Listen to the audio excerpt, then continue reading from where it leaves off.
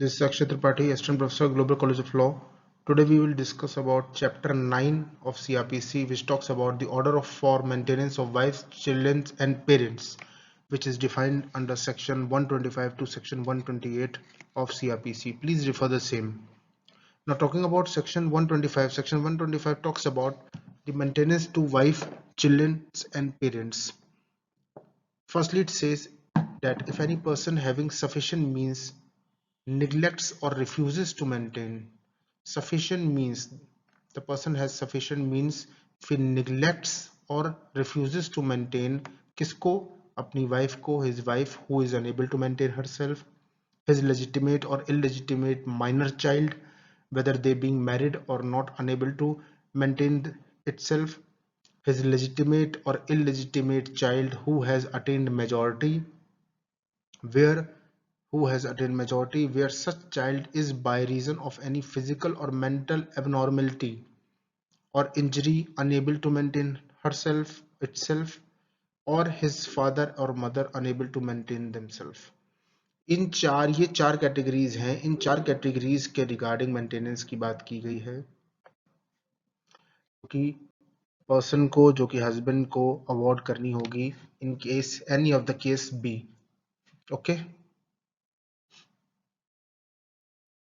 Magistrate first class जो होगा will order such person to make monthly allowance for the maintenance of his wife, children and parents as the magistrate deems fit. Okay. तो judicial magistrate first class जो होगा उसके पास authority है कि वो monthly allowance पे करने के लिए पर्सन को बाउंड करेगा, अपने वाइफ को, चिल्ड्रन को या पेरेंट्स को अवॉर्ड करने के लिए maintenance. Secondly, judicial magistrate during the pendency of the proceedings order the person to make any interim maintenance till the pendency application for seeking maintenance, and also the expenses of the proceedings to be bear by the person as directed by the magistrate time to time. इस point का मतलब ये है students कि judicial magistrate first class जो होगा, जब तक आपका एप्लीकेशन फॉर मेंटेनेंस पेंडिंग है पर्टिकुलर कोर्ट ऑफ लॉ में, तब तक, और अगर एग्रीव्ड पर्सन ने एप्लीकेशन डाल रखी है कि उनके पास पैसे नहीं है, सफिशिएंट मींस नहीं है अपने प्रोसीडिंग्स को कैरी फॉरवर्ड करने के लिए या लाइवलीहुड के लिए, तो जुडिशियल मजिस्ट्रेट उस एप्लीकेशन पे इंटरिम मेंटेनेंस भी अवॉर्ड कर सकती है क्लेमेंट्स को, और एक्सपेंसेस ऑफ द प्रोसीडिंग्स भी अवॉर्ड कर सकती है क्लेमेंट्स को. इस पॉइंट का मतलब ये है. Okay. To note, coming on to note, the application for seeking maintenance, interim maintenance or expenses for proceedings shall be disposed of within a period of 60 days from the date of issuance of notice upon application of the concerned person. इसका मतलब ये है students कि जो application court में file हुई है, चाहे मेंटेनेंस की हो, इंटरिम मेंटेनेंस की हो and expenses of the proceedings की हो, वो पर्टिकुलर एप्लीकेशन टाइम बार्ड है. 60 डेज के अंदर अंदर उसका डिस्पोजल हो जाना चाहिए from the date of admission and issuance of notice to the other person. 60 days का टाइम पीरियड है इस एप्लीकेशन के डिस्पोजल का as per the law.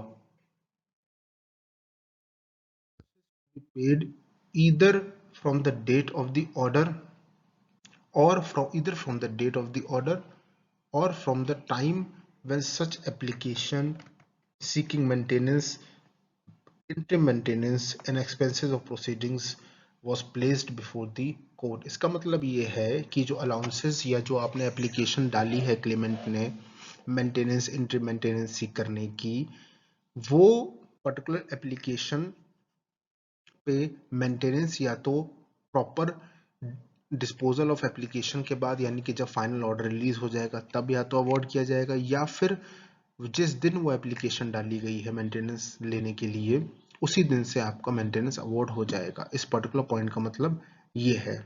Okay. Either from the date of the order or from the time when such application seeking maintenance was filed before the court. Okay. Failing to which, in case of non-compliance of the said order, the person will be leveled with fine or may be sentenced. इसका मतलब ये है कि order of maintenance का अगर non compliance किया particular person ने, तो उसके ऊपर फाइन लेवल्ड होगा, या वो सब्जेक्ट टू सेंटेंस भी है, यानी कि इम्प्रिजमेंट भी उसके ऊपर लगेगा as per the law and as per the description of the honourable court, और एज पर द केस में B. Okay, now coming on to the most important thing, that when the maintenance to wife will not be awarded. यहाँ पे तीन categories हैं कि कब wife को maintenance award नहीं किया जाएगा. तो पहला है if she is living in adultery. If particular wife is living in adultery तो उसको मेंटेनेंस अवार्ड नहीं किया जाएगा. सेक्शन 497 आईपीसी आप रेफर कर सकते हैं. अब तो डीक्रिमिनलाइज हो गया है, now it is not more a criminal offence, लेकिन हाँ सॉलिड ग्राउंड है अभी भी for seeking divorce. Secondly, if without sufficient reason she refuses to live with the husband, तब मेंटेनेंस क्लेम नहीं कर सकती हैं.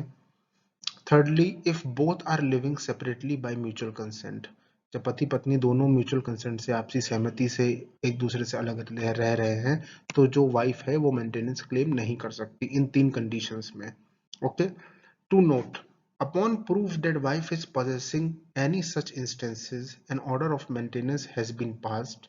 The magistrate shall cancel the order. इसका मतलब ये है कि जब ये प्रूफ हो जाता है कि वाइफ जो है इन तीनों में से कोई भी इंस्टेंस पजेस कर रही है और order of maintenance already pass हो चुका है, तो मजिस्ट्रेट उस पर्टिकुलर ऑर्डर को कैंसिल कर देगा. उसकी कोई वो नहीं है. The magistrate shall cancel the order.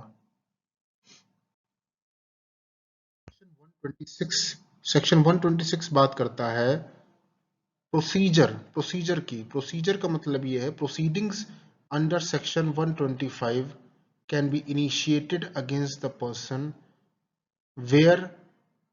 तीन कंडीशंस हैं जहां पे तीन जगह हैं जहां पे आपका पर्टिकुलर प्रोसीडिंग्स 125 की कैरिड आउट हो सकती है against the person where the person is presently residing, where he और हिज वाइफ रिसाइड्स, और where he has last resided with his wife. यानी कि वो पर्सन जहां पे प्रेजेंटली रिसाइड कर रहा है अभी, या वो और उसकी वाइफ रिसाइड कर रही है कहीं पे जिस जगह पे, या वो और उसकी वाइफ लास्ट रिसाइडेड पहले कभी कहीं रिसाइड किया हो. तो ये तीन जगह है, तीनों जुरिडिक्शन में कहीं पे भी application for seeking maintenance under section 125 CrPC can be filed. Okay, now evidences to be taken in the presence of the person against whom payment of maintenance is proposed.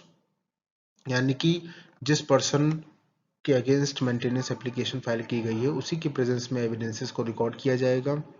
अगर वो पर्सन एब्सेंट है, if absent then the same will be done in the presence of the pleader, जो उसके legal representative होंगे, जो उसके lawyer होंगे. Secondly, if magistrate is of the opinion that person is willfully neglecting to attend the court and avoiding service of notice etc, ex parte order will be passed against the person. यानी कि अगर court को ये लग रहा है, if the magistrate of the concerned opinion कि वो पर्सन जो है वो जानबूझ के कोर्ट प्रोसीडिंग्स में भागीदारी नहीं ले रहा है, हिस्सा नहीं ले रहा है, विलफुली निगलेक्ट कर रहा है अपने प्रोसीडिंग्स को, या वो कोई भी नोटिस कोई भी इंटीमेशन जो कोर्ट की तरफ से आती है उसको अटेंड नहीं कर रहा है, अवॉइड कर रहा है, तो ऐसे केस में magistrate court x Partey order pass करने के लिए पूरी तरीके से ऑथराइज्ड है. अब for setting aside such ex parte order, sufficient reasons to be filed upon application within 3 months from the date of order. यानी कि ex parte order जब निकल गया तो उसको सेट असाइड कराने के लिए पर्सन को एप्लीकेशन के फॉर्म में सफिशिएंट रीजंस कोड करने होंगे ताकि वो particular x party order set aside किया जा सके. सफिशिएंट रीजंस नहीं होंगे तो वो एक्स पार्टी ऑर्डर मेंटेनेबल रहेगा. ओके, 128 सेक्शन 128 बात करता है enforcement of order of maintenance. इसमें क्या है, a copy of order of maintenance, interim maintenance and expenses of proceedings as the case may be shall be given without payment to the person in whose favor the order has been passed or to their guardian if any।